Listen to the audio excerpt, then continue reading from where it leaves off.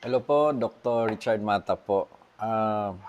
Gagawa ako ng video po ano ang sagot ko doon sa Fabunan antiviral injectable, no? Dahil marami po kasi nagtatanong ano ba talaga ang opinion ko sa injectable ni Dr. Fabunan. In due respect, with all respect to him, although hindi ko po siya kilala, hindi po kami nagkausap. To be honest po, ang first reaction po na for me as a doctor, natural po kasi sa kapwa doktor na pag merong kasing ginawang isang doktor na mga ganyan, bago something, natural po na parang magdududa, no? Nakakapangduda. Natural po 'yun sa kapwa doktor, no? Pero natural din as a doctor, hindi lang po yung magduda ka lang, kailangan din mag-research. Hindi po ako pwedeng makinig lang sa hearsay, to be fair to the inventor. Dahil pinag-isipan niya, pinag-aralan niya ng madaming taon, hindi po pwedeng 1 minute lang na narinig ko tapos sasabihin ko kaagad na mali siya. Unfair naman yon dahil sino ba ako or sino ba yung ibang experts na magsasabing 1 minute pa lang na narinig yung ganong gamot, sasabihin niya kaagad na mali. Siyempre, mali yon. Uh, let's be open to the possibilities. Baka nga tama si Dr. Pabunan. So, yun po ang ginawa ko. Kaya nag-post po ako sa aking page, Dr. Richard Mata, FB page. Sinabi ko kung meron po kayong mabigay na mga articles or anything about the injectable, then pag-aralan ko po. Then I'll just answer my own point of view. Kasi yung unang sinabi doon, yung kanyang injectable, nakakapagaling daw ng snake bites. Tapos nakakapagaling ng dengue, HIV, tapos Ebola. Tapos ngayon, ano pa, COVID-19. So, kahit sinong doktor, pag ganun narinig talaga, maging gamot din siya sa COVID-19. Ilan na bang nagamot niyang COVID-19? Unless taga Wuhan siya. So, yun ang natural na reaksyon. Pero kasi ganito yan, let me give you an example, bakit ang doktor madaling magduda, no? Ganito yan. Like for example, sa beke, yung mumps ba? Mumps. Kahit maraming nagsasabing nakakagaling ang isang gamot, for example, ano bang nakakagaling sa mumps? 'Di ba yung anyel, yung blue na ilalagay dito? Ilang milyong Pilipinong naniniwala na 'yun ang gamot sa beke. 'Di ba kayo rin baka naniniwala kayo? Pero wala sa libro 'yun, hindi po totoo 'yun dahil ang mumps talaga ay self-limiting. Sabihin ng self-limiting, dadaan lang po siya tapos mawawala siya. Yan po ang mumps. So ngayon, nilagyan mo ng blue. So akala mo yun ang nakapagaling. Pero ang nakapagaling talaga pala ang immune system. So I'm now weighing na saan ba under si Dr. Pabunan sa ganito lang na idea na parang yung blue ng anyel pero yung natural palang gagaling ang pasyente pero kinlame lang niya. So, that was my first impression. Baka ganun nga po. Pero, kaya nga, pinag-aralan natin kung meron ba talagang logic sa ginawa niyang invention. So, ito po yung nabasa ko. Nasa internet po ito sa patent po niya. The present invention relates to a therapeutic composition and formulation for the treatment of viral diseases such as dengue fever and influenza, more particularly to therapeutic preparation comprising substantially water-soluble local anesthetic of the ester type, procaine, hydrochloride, and water-soluble glucorticoid and dexamethasone sodium phosphate.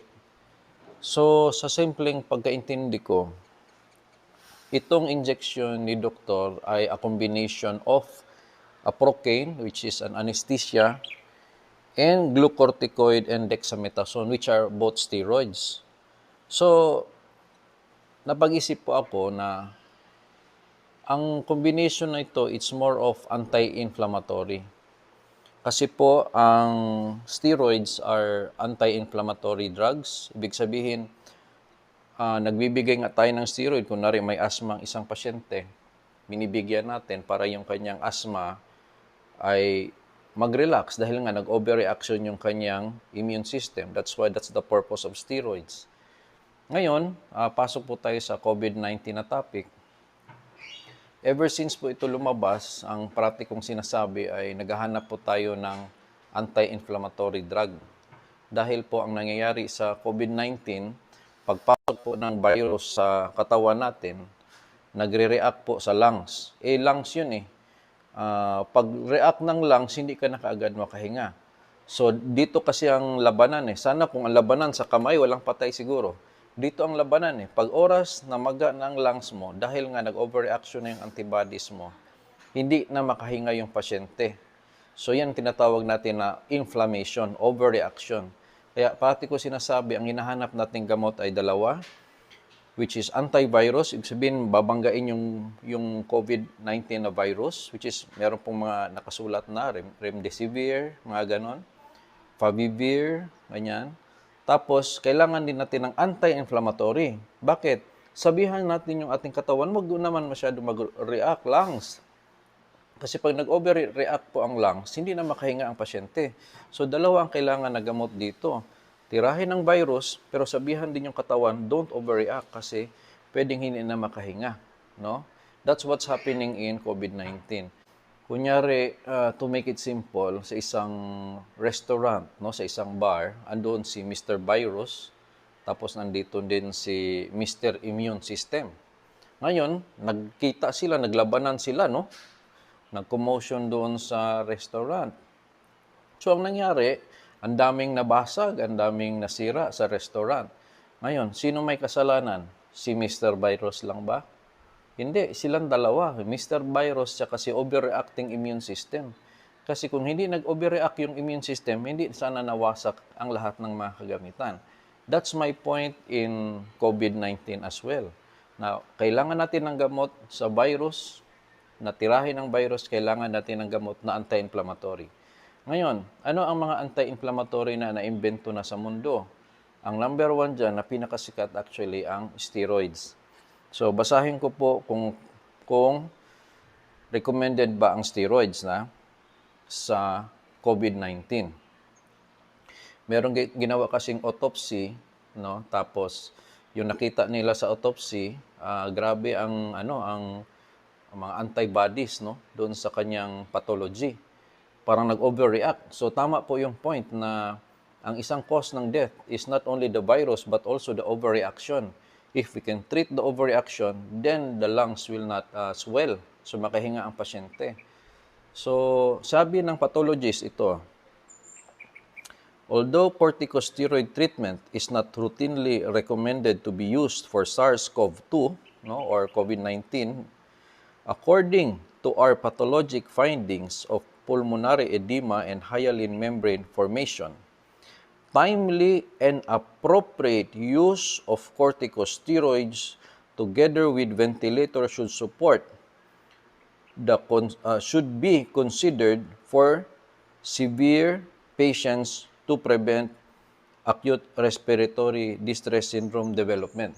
So, sabi ng pathologist na nag-examine po sa isang patay na pasyente ng COVID-19, nakita niya sa kanyang pathology na grabe ang reaksyon ng immune system. So sabi niya, kailangan anti-inflammatory din. Same po yung sinasabi ko.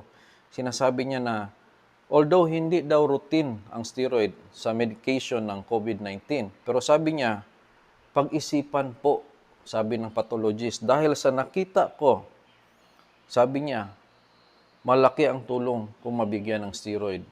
Depende po sa kaso. Yun pong ibig sabihin niya. Ibig sabihin, huwag kalimutin ang steroid. I-consider ang steroid. Ibig sabihin, napansin niya ng ang pagkamatay ng pasyente dahil nag-overreact ang mga immune system ang dami. Kung nabigyan lang ng pangpababa ng overreaction, baka nabuhay ang pasyente. So sabi niya, possible steroid. Sabi lang niya po yun, na possible na makatulong ang anti-inflammatory drugs. Now, going back to Fabunan, going back to the ingredients, dahil sa ingredients po ako nakabase, no? Hindi lang sa hearsay, no?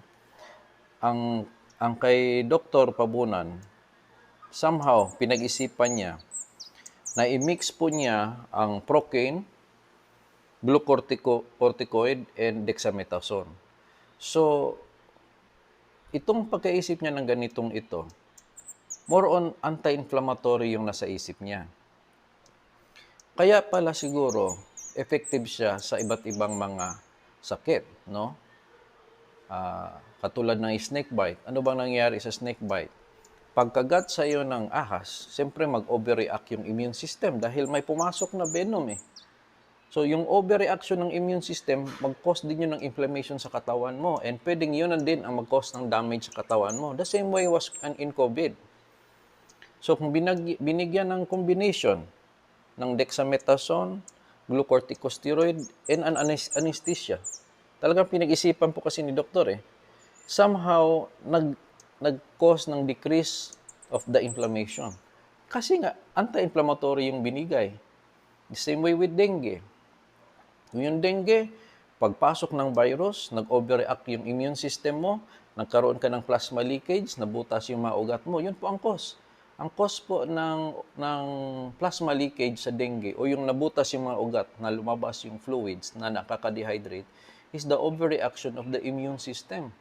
So, kung nabigyan ka ng something to decrease the inflammation, it could help. Ngayon, am I supporting totally? Siyempre, ang sinasabi ko lang, I hope na ma-aproban sa ng FDA upang pwede kong isubok sa mga pasyente kung may dengue. Option ko na yon dahil doktor ako, pwede ko pong desisyonan yon. Because I have that decision making, no, for case-to-case basis. Pero ito po, kinumbine kasi ni doktor. So, kung itong combination na ito, pinag-aralan niya ng matagal na panahon, for me, it's worth the try. It's worth the try po.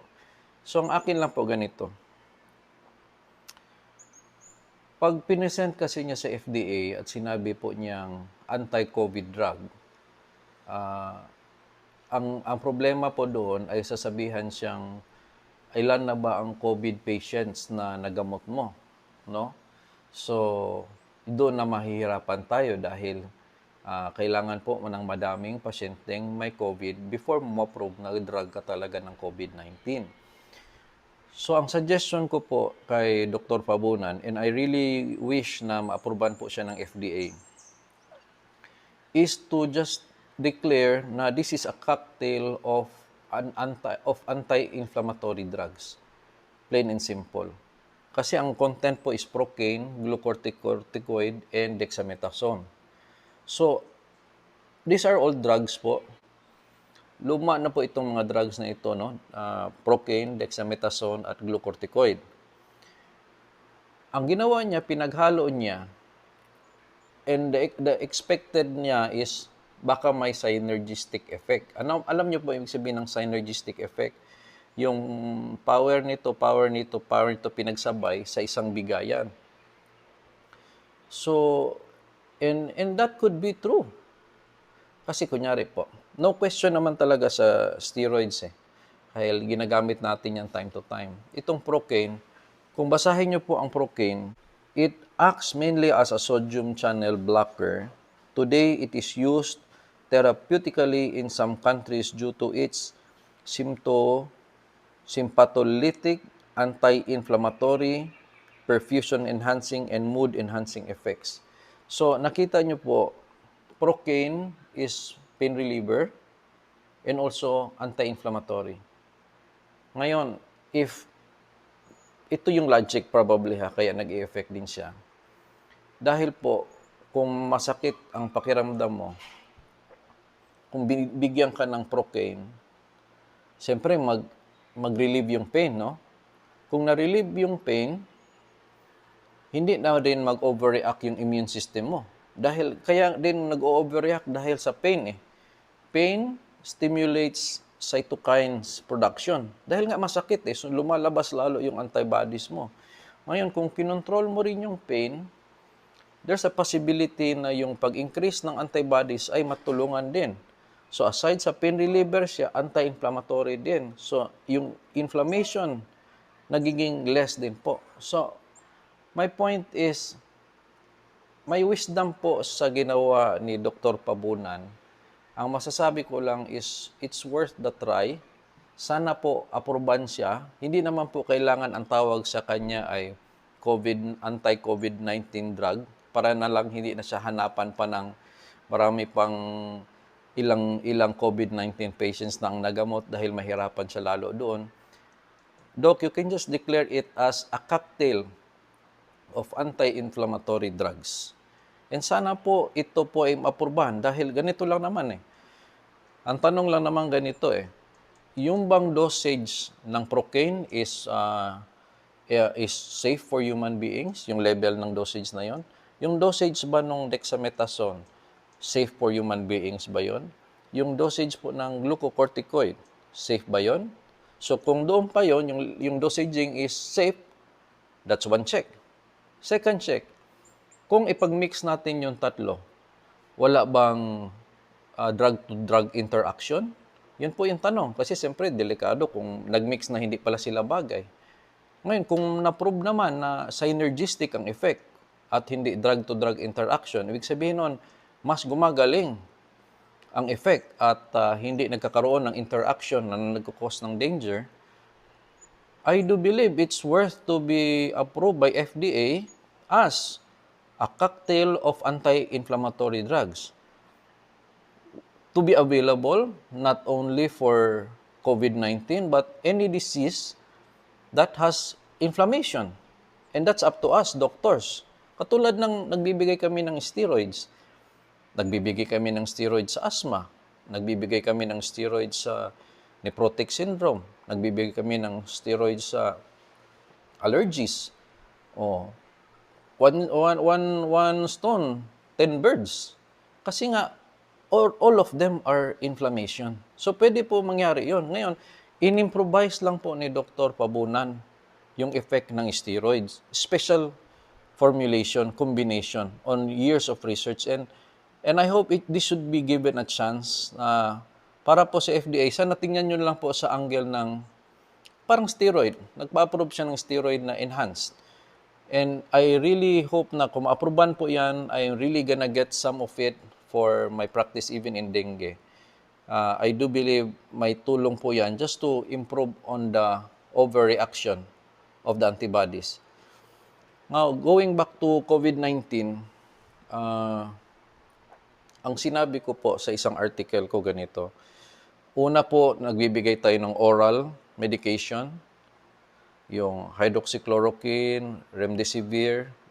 Tapos kung hindi nakakaya ng oral, upgrade po tayo sa injectables. So, ang problema ngayon, wala pa tayong injectable talaga na pang COVID-19. So, bakit ang injectable kasi mas higher?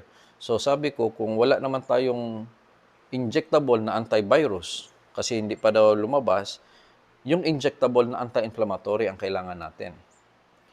Ngayon kung ma-aproban ang ganito, it's the prerogative of the physician na kung panangin niya sa isang COVID-19 ay nagre-react na ng sobra yung immune system, then this could be available.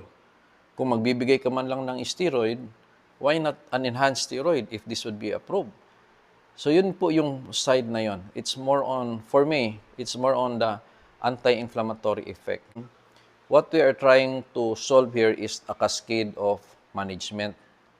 So kung aproban ang isang gamot na ganito, anti-inflammatory cocktail, why not maging available siya with the hope that it can affect. Baka nga maging tulad siya ng effect ng partly ng effect ng IVIG or any anti-inflammatory drug. Kasi meron siyang special synergistic effect. So, I would like to formally request the FDA and even Mr. President to please allow Dr. Fabunan's injectable to be approved for FDA, not necessarily for COVID-19 alone, but basically an improved steroid injectable that can be available for doctors that they can use it if necessary based on a case-to-case basis. So, salamat po sa inyong pakikinig at magandang araw po sa inyong lahat. Mabuhay and God bless everyone.